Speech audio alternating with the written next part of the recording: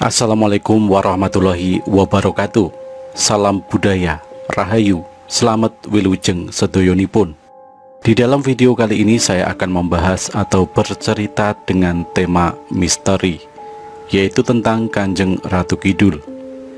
Jadi bagi sahabat jangan kemana-mana, kawula aturi pilenggahan ingkang sekeco lan ampun kesupen, monggo diseruput rumiyin kopinipun.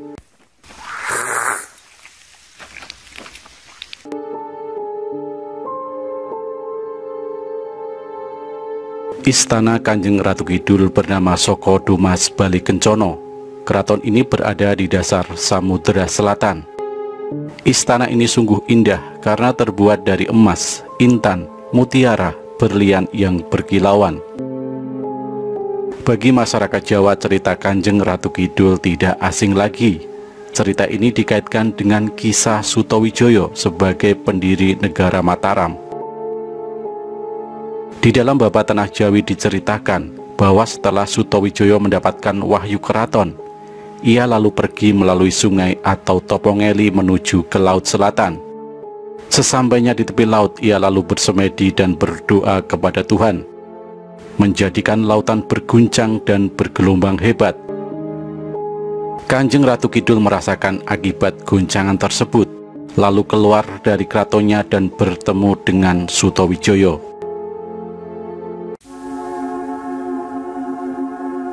Ratu Kidul angandika aris salawase ingsun durung mulat, samudra kaya mangkini kaya baskara runtuh, dene toya panas lir geni, sagara lir kinelo akeh minalampus, kiamat sajuru samudra, Nyaira Kidul sigra umesat tumuli saking puranira. Kutipan di atas menunjukkan pertemuan pertama antara Kanjeng Ratu Kidul dengan Sutowijoyo. Akibat tapanya Sutowijoyo, ombak lautan menjadi besar, isinya menderita. Kanjeng Ratu Kidul lalu keluar dari istananya dan bertemu dengan Sutowijoyo, memberitahu rusaknya isi lautan. Bait berikutnya menerangkan dialog antara keduanya dan kembalinya Kanjeng Ratu Kidul ke istananya, diikuti oleh Sutowijoyo.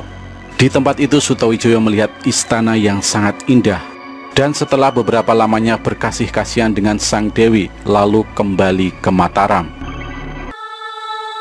Cerita tersebut masih dikenal sampai sekarang dan merupakan data sejarah. Mengenai isinya dapat kita bandingkan dengan cerita Bima yang mencari Tirta Kamandanu dalam cerita Dewa Ruci.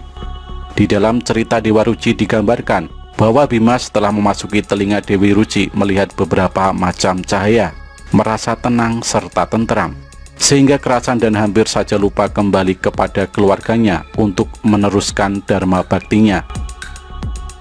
Di samping itu, secara kosmologis juga dapat diartikan bagaimana Sutowijoyo berhubungan dengan alam dan berhasil menguasainya dengan baik, sehingga menjadi basis yang kuat bagi negara yang ia tumbuhkan.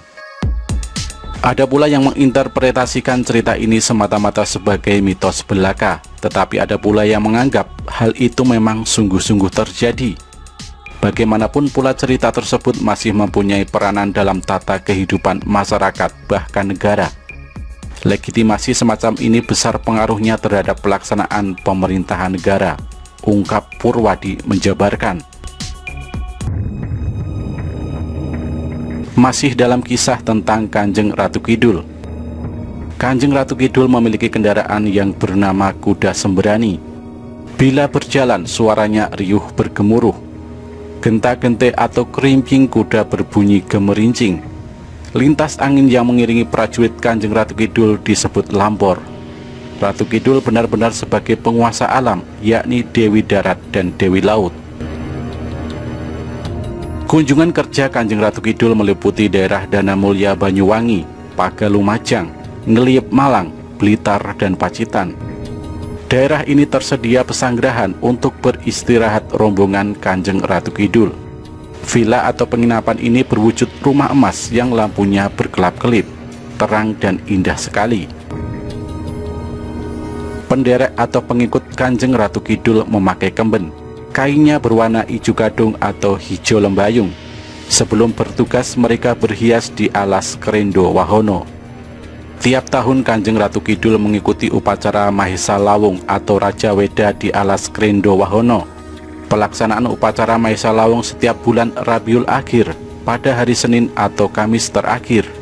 Sesaji diberikan di Siti Hinggil Keraton Surakarta. Doa dibaca dengan rapal Buddha, Hindu, Jawa, dan Islam. Perlengkapan sesaji Mahesa Lawung ini terdiri dari bekaka yang dibuat dari tepung berbentuk manusia laki-laki dan perempuan, tidak berbusana. Lalu badek, yakni arak yang dibuat dari siwalan atau aren semangkok. Kepala kerbau, yakni kebo bule milik keraton yang dirawat abdi dalem. Setiap hari Anggara Kasih atau Selasa Kliwon, Kanjeng Ratu Kidul datang di panggung Sanggabuana. Penguasa Laut Selatan ini turut serta dalam ritual bedaya Ketawang. Saat itu Kanjeng Ratu Kidul berbusana dodot bangun tulak, alas-alasan ngumbar kunco, tapih cindi sekar, slepe, buntal paisan centangan, gelung bokor mengkurep, rajutan melati, anam kantil. Bedaya Ketawang menggambarkan olah asmara Panembahan Senopati dengan Kanjeng Ratu Kidul.